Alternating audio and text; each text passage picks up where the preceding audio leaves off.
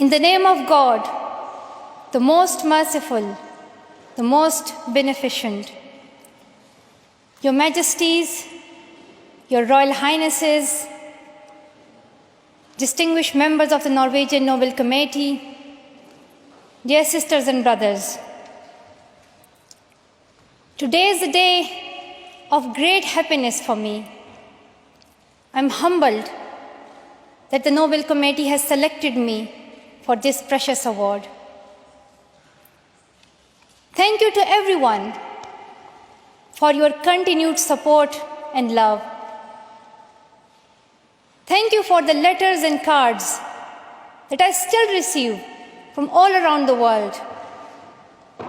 Your kind and encouraging words strengthens and inspires me. I would like to thank my parents for their unconditional love. Thank you to my father for not clipping my wings and for letting me fly.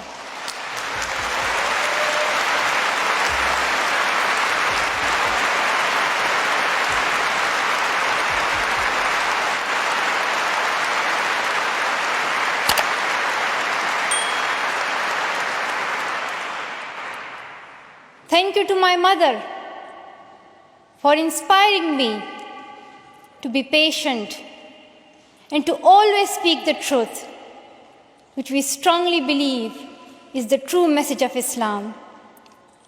And also, thank you to all my wonderful teachers who inspired me to believe in myself and be brave. I'm proud, well, in fact, I'm very proud to be the first Pashtun, the first Pakistani, and the youngest person to receive this award.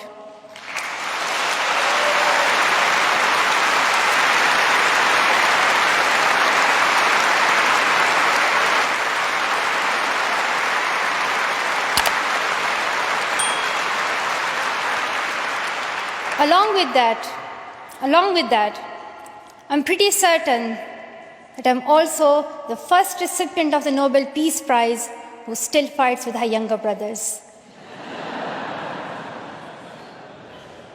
I want there to be peace everywhere, but my brothers and I are still working on that.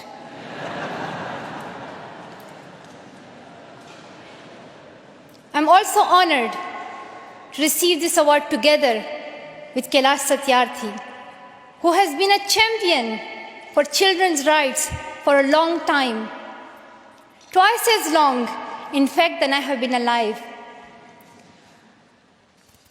I'm proud that we can work together. We can work together and show the world that an Indian and a Pakistani, they can work together and achieve their goals of children's rights.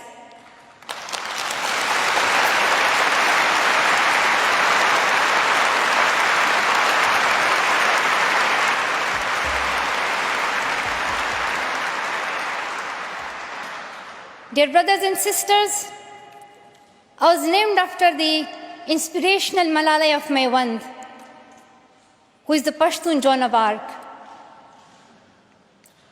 The word Malala means grief-stricken, sad. But in order to lend some happiness to it, my grandfather would always call me Malala, the happiest girl in the world. And today, I'm very happy that we are together fighting for an important cause. This award is not just for me. It is for those forgotten children who want education. It is for those frightened children who want peace. It is for those voiceless children who want change. I'm here to stand up for their rights, to raise their voice. It is not time to pity them. It is not time to pity them. It is time to take action. So it becomes the last time. The last time. So it becomes the last time that we see a child deprived of education.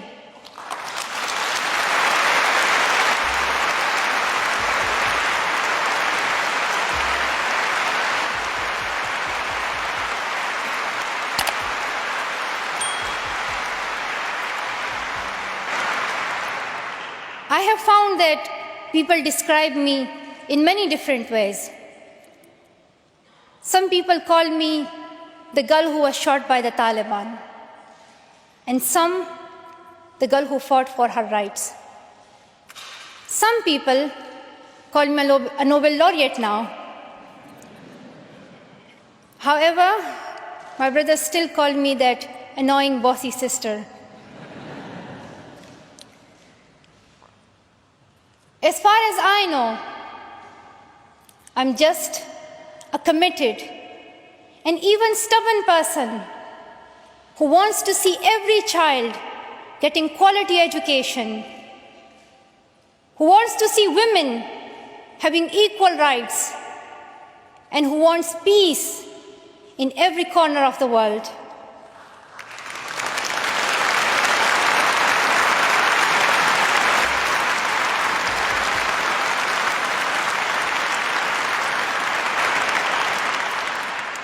Education is one of the blessings of life and one of its necessities. That has been my experience during the 17 years of my life. In my paradise home, Swat, I always loved learning and discovering new things. I remember when my friends and I would decorate our hands with henna on special occasions. And instead of drawing flowers and patterns, we would paint our hands with mathematical formulas and equations. We had a thirst for education. We had a thirst for education because our future was right there in that classroom.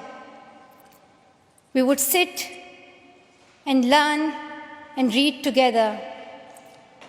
We loved to wear neat and tidy school uniforms. And we would sit there with big dreams in our eyes. We wanted to make our parents proud and prove that we could also excel in our studies and achieve those goals which some people think only boys can. But things did not remain the same. When I was in Swat,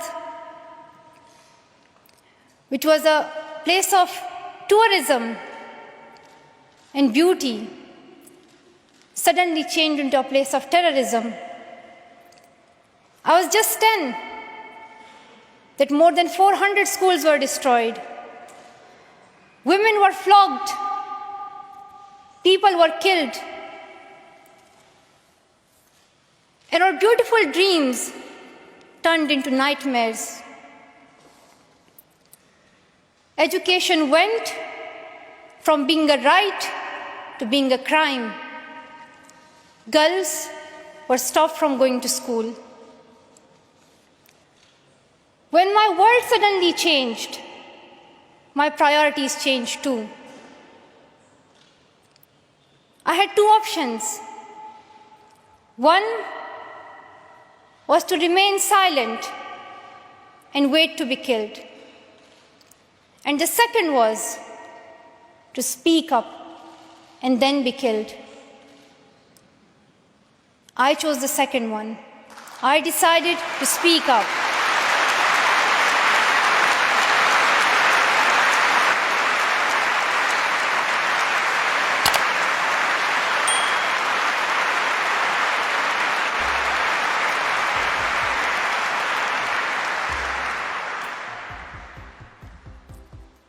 We could not just stand by and see those injustices of the terrorists denying our rights, ruthlessly killing people, and misusing the name of Islam, we decided to raise our voice and tell them, have you not learned that in the Holy Quran Allah says, if you kill one person, it is as if you kill the whole humanity? Do you not know that Muhammad, peace be upon him, the Prophet of mercy, he says, do not harm yourself or others. And do you not know that the very first word of the Holy Quran is the word Iqra, which means read? The terrorists tried to stop us and attacked me and my friends who are here today on our school bus in 2012. But neither their ideas nor their bullets could win. We survived. And since that day, our voices have grown louder and louder.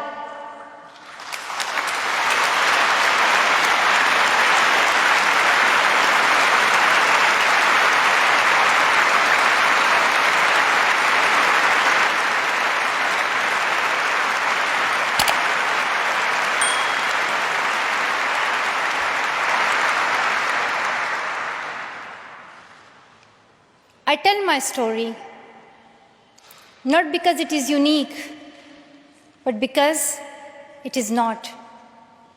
It is the story of many girls. Today, I tell their stories too.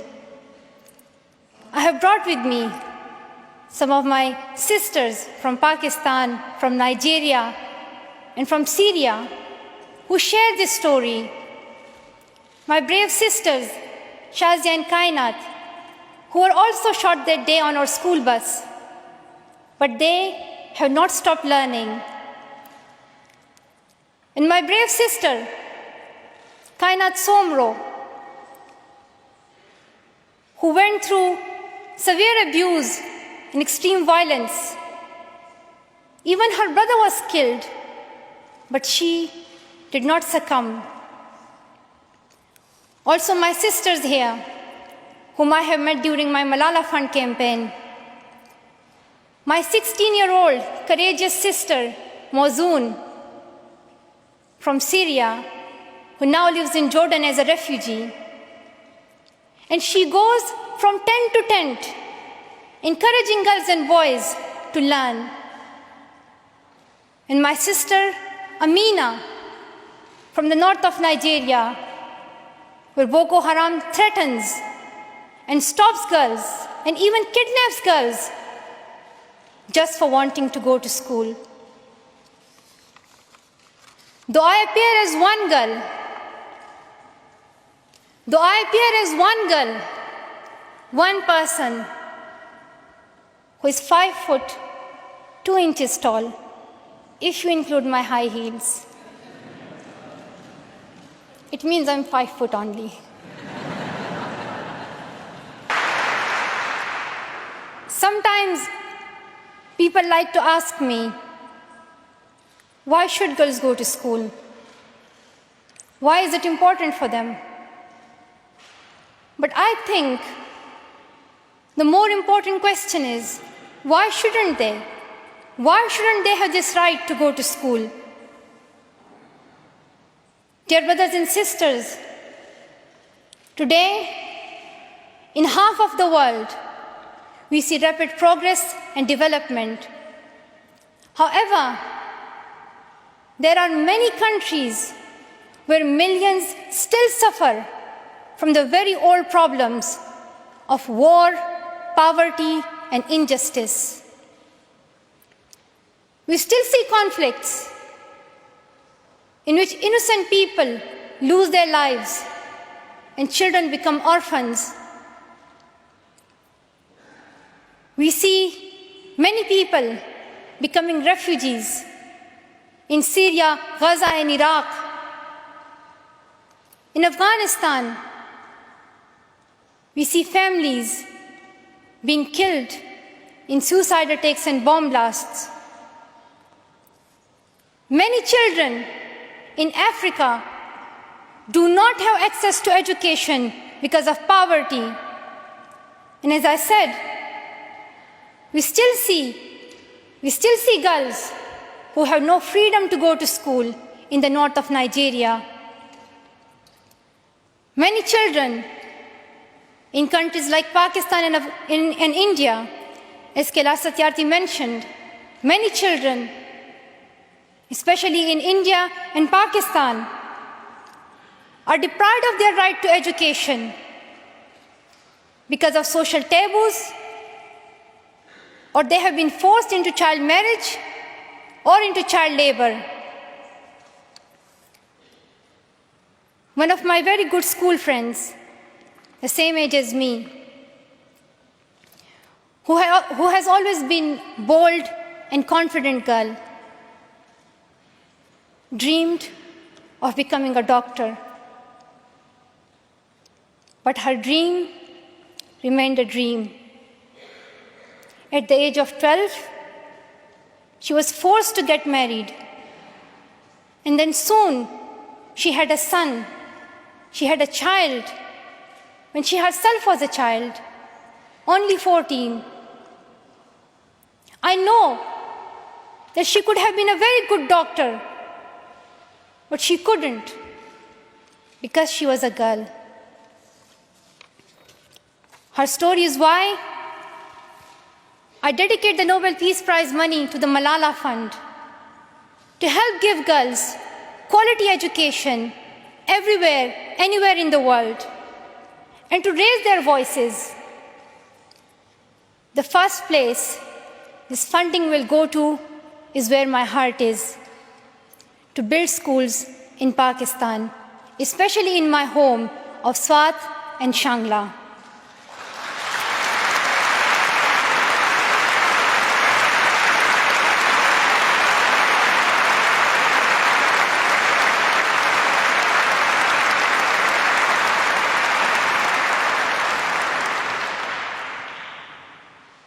In my own village, there is still no secondary school for girls.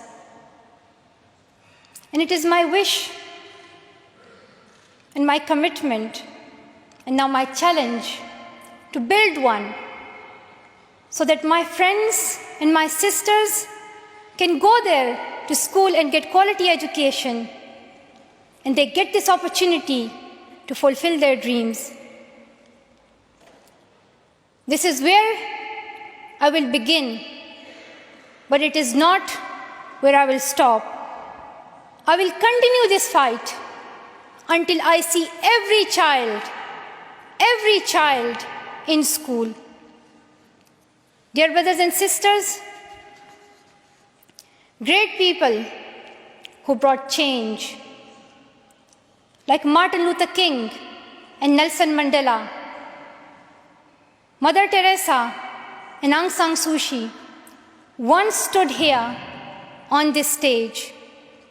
I hope the steps that Kailash Satyarthi and I have taken so far and will take on this journey will also bring change, lasting change.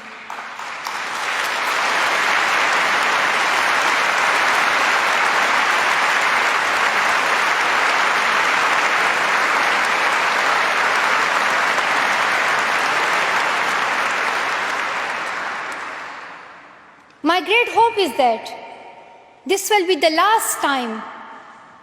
This will be the last time we must fight for education. Let's solve this once and for all. We have already taken many steps. Now it is time to take a leap.